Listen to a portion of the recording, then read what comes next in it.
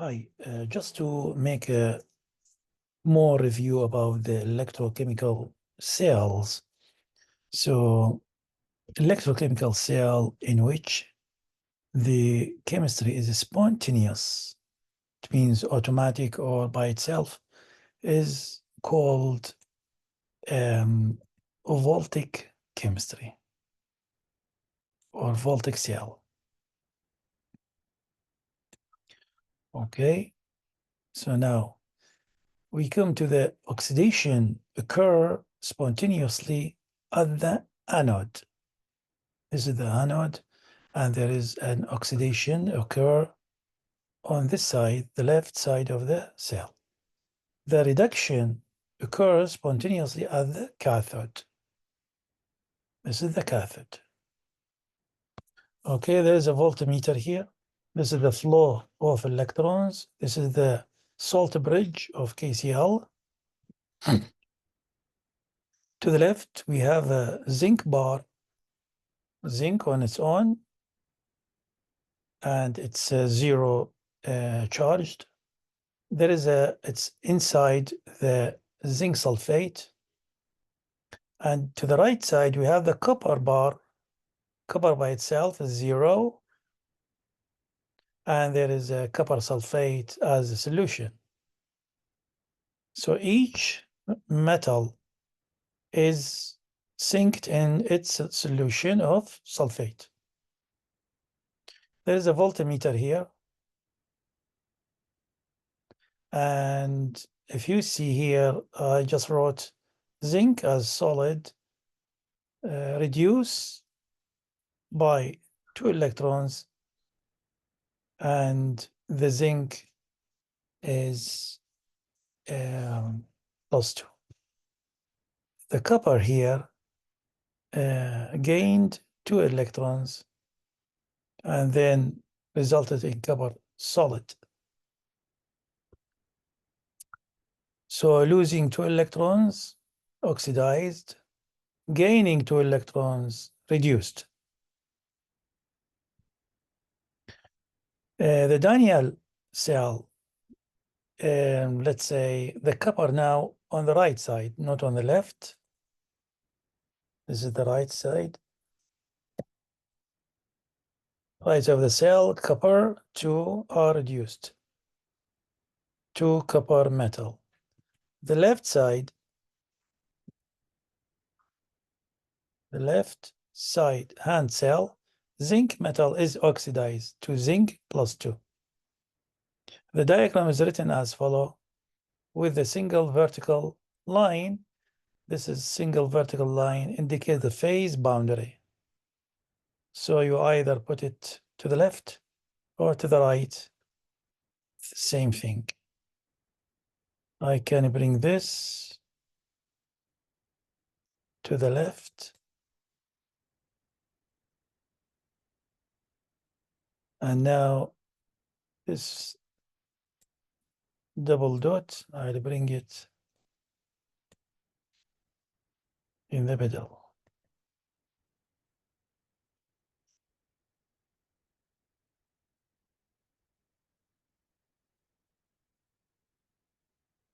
So now, oh my God. So did I do it wrong? Yeah. So if I undo paste,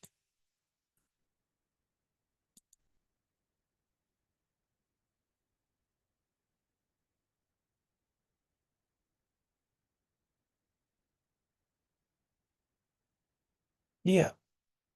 Now that's for the right one.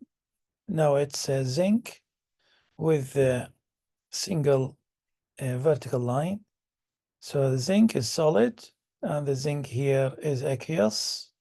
Here is neutral. Here is oxidized. Whereas the copper was oxidized and then obtain or gain 2 electrons to become copper solid. So the zinc lost 2 electrons, it's oxidized. The copper got these two electrons to be copper solid reduced. So the redox spontaneous reaction will be like this. Zinc solid, copper oxidized, result in the copper in the zinc oxidized and copper solid. And this, the flow of the electrons all the way. Okay. Now we come to the oxidation reduction equation. If we take another one, another example, like hydrochloric acid concentrated plus potassium permanganate, that will, the reaction of them will result to chlorine gas, manganese chloride aqueous, potassium chloride aqueous, and 8 molecules of water. So after the equation being balanced, and we can check what happened in the oxidation reduction equation. So the HCl here was -1, you know, H is +1, so the Cl -1. The Cl became Cl gas, so it was oxidized to chlorine gas. Whereas the manganese here, the manganese +7 was reduced to +2. It was inside the permanganate. You remember how we calculated +7? 4 times -2 will be -8. So if we cover this 2, just leave it aside. Potassium is 1. So the difference between potassium and -8 will be -7. So the manganese will become +7. Here, the chlorine -2. So the manganese will become +2. So from +7 reduced to +2, this is a reduction. So the oxidation state of chlorine in the HCl was -1, and in the Cl2 became 0. The change indicates an oxidation step. The oxidation state of manganese in potassium permanganate was 7+, whereas in MnCl2 is +2. So the permanganate is reduced from manganese 7, this is Romanian, VII, it means 7, to manganese 2, II, it means 2. The overall net charge of oxidation reduction must be balanced, should be balanced. And the net charge in oxidation state of manganese is -10. The net charge in oxidation state of chlorine, 10 times +1 will be +10. So here, if you come with the chlorine, -1 times 2 will be -2 times 5, so will be -10. Whereas in the oxidation here, HCl, you have Cl -1, and then you can calculate all the chlorine here and you will find it +10.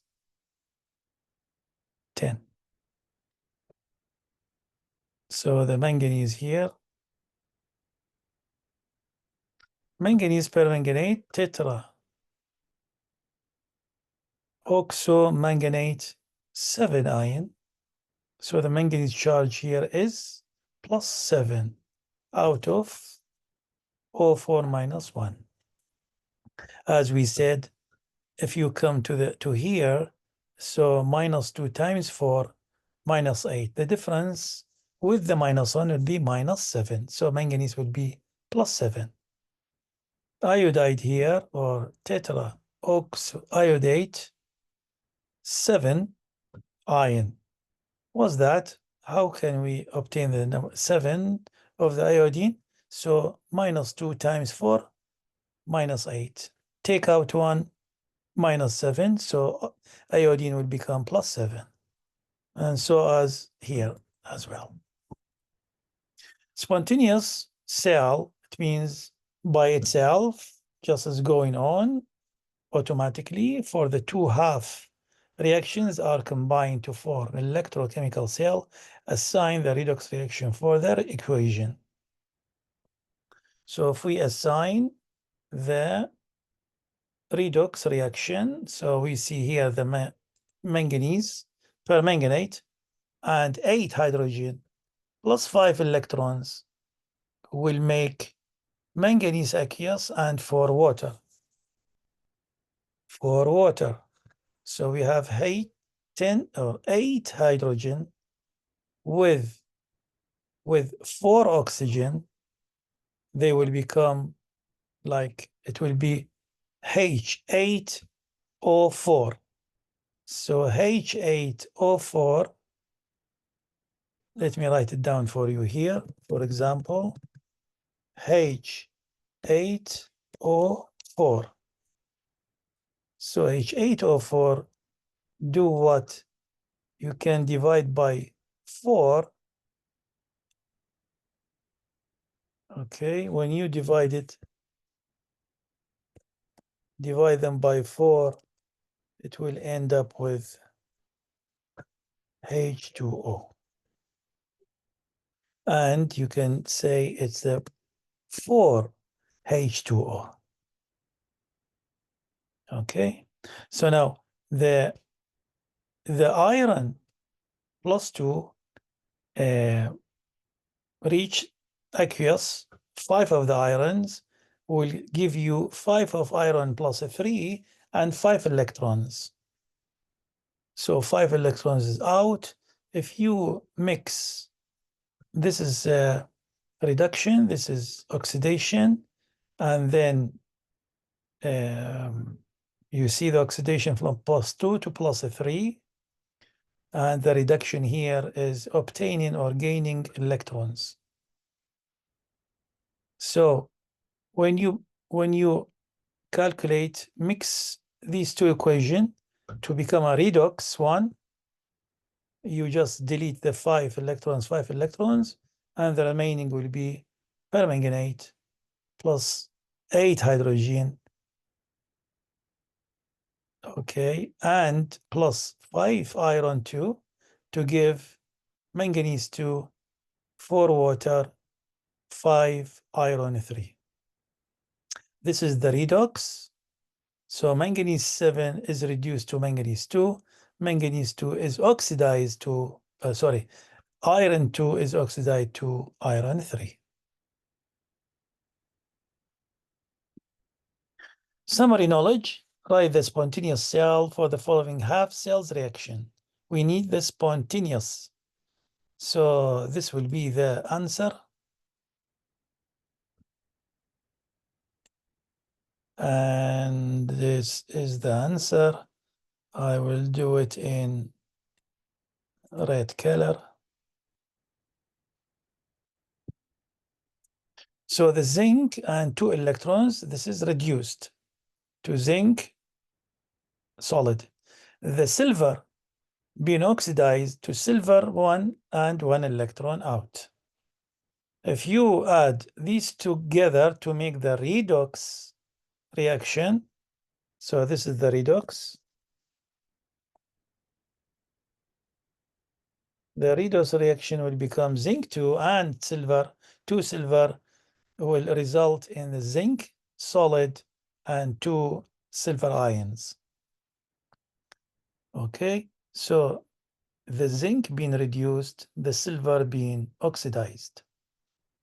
And the half cell or the spontaneous Daniell cell will become zinc plus 2 aqueous, single line, vertical one with zinc to give silver solid and silver ion aqueous.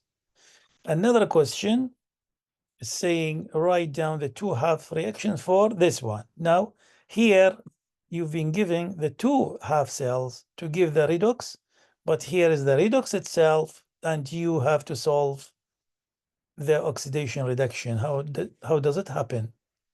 So the calcium with two hydrogen gives calcium ion +2 and hydrogen gas. If you see the calcium here being oxidized, so I say calcium is oxidized to calcium 2 and 2 electrons, whereas the hydrogen gained 2 electrons, reduced, and then to give the hydrogen gas. So this is the reduction and this is the oxidation sum.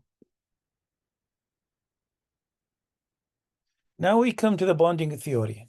Valence bond theory, 1916, G and Lewis proposed that the chemical bond forms by the interaction of two shared bonding electrons with the representation of molecules as Lewis structure. 1927, Hitler-London theory was formulated, which for the first time enabled the calculation of bonding properties of the hydrogen molecule, H2, based on the quantum mechanics.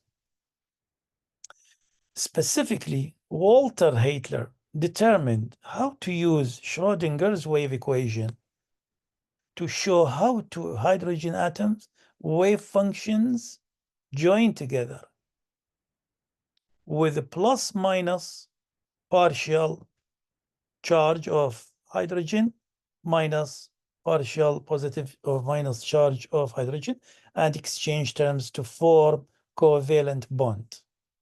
He then called up his associate Fritz London, and they worked out on the details of the theory over the course of the night. So that's only the introduction of the bonding theory or model, how started, in which year, by whom. Linus Pauling used a pair of bonding ideas of Lewis together with Hitler-London theory to develop two other key concepts in valence bond theory, resonance. The concept of resonance appeared 1928 and the orbital hybridization 1930. According to Charles Colson, author of the noted 1952 book of the valence, modern valence bond theory, resonance theory was criticized as imperfect by Soviet chemists during the 1950s. So now we come to the electron and the electron clouds. So always the electron is not a dot, not a line, not in a row, is not in standing, sitting. No, it's always a cloud. It's a cloud of energy, electron cloud. So this electron cloud experiments with Crookes tube first demonstrate the particle nature of electrons. This is how they developed what's the nature of the electron. In this illustration, the profile of the cross-shaped target is projected against the tube face at the right of the beam by a beam of electrons. So, theorized by R. Lamming, 1840, discovered by Thomson, 1897, charge of -1, mass is 9.1 times 10 to the power minus 31 kg, and the spin is a half. So the distance, we measure the distance of the electron will be in angstrom. Okay, so the angstrom equals to 10 to the power minus 10 of the meter, or it's 100,000 FM. This is just an introduction, how they discover the cloud and the minus charge of the electron. So atomic orbitals on the X, Y, Z direction. So the electron can move in these directions in the Cartesian axis. Atomic orbital is a mathematical function that describes the wave-like behavior of either one electron or a pair of electrons in an atom. Okay. So this function can be used to calculate the probability of finding any electron of an atom in any specific region around the atom's nucleus. So these functions may serve as a three-dimensional XYZ graph of an electron's likely location. Specifically, atomic orbitals are the possible quantum states of an individual electron in the collection of electrons around a single atom, as described by the orbital function. So all this slide is talking about the atomic orbital. So atomic orbital, we can find orbitals where they can occupy the electron. Okay, so the electron cannot be like free in the space, but they are inside. They are clouds inside orbitals. Okay, and these orbitals will form the atomic orbitals together to form the atom. So atomic orbitals exactly describe the shape of this atmosphere only when a single electron is present in an atom. Okay, if we have more electrons added to a single atom, the additional electron tend to more evenly fill in the volume of space around the nucleus. They are evenly filled. So it means one by one.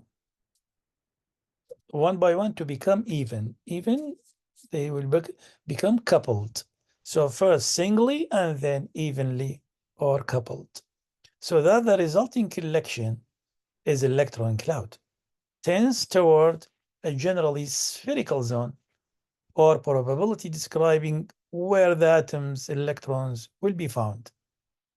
Covalent bond, atoms share electrons in a similar or different atoms. So they are covalent, they are sharing. So the hydrogen can share electron with another hydrogen to become hydrogen gas. Fluorine with fluorine. And molecules, you can find carbon and 4 hydrogen to make a methane. This is covalent bonds, and there is a nitrogen with hydrogen to form ammonia, and the bonding are covalents, sharing. So now here, how can we, if you see, how can we distribute the electrons as we said before with the electron configuration, and how can you find 1s2, 2p2, 1s, 2p, 3d, 4f. These are the shapes, exact shapes. This is the dx square. This is one of the p's, like py. This is what the first and the only shape of the s orbital. The f orbital contains 8. Is it 8 or 4 or 6? So here you see condensed orbitals, and in the middle there are 2 orbitals. We have here sigma SS. Here we have sigma pp, and there is a pi pp orbitals. So Lewis structure, each atom links directly to another by shared electrons from similar orbital. Could be SS, so one electron in S, the other one in S, or we share it in P and P to form bonds. So we stop here and continue for the next.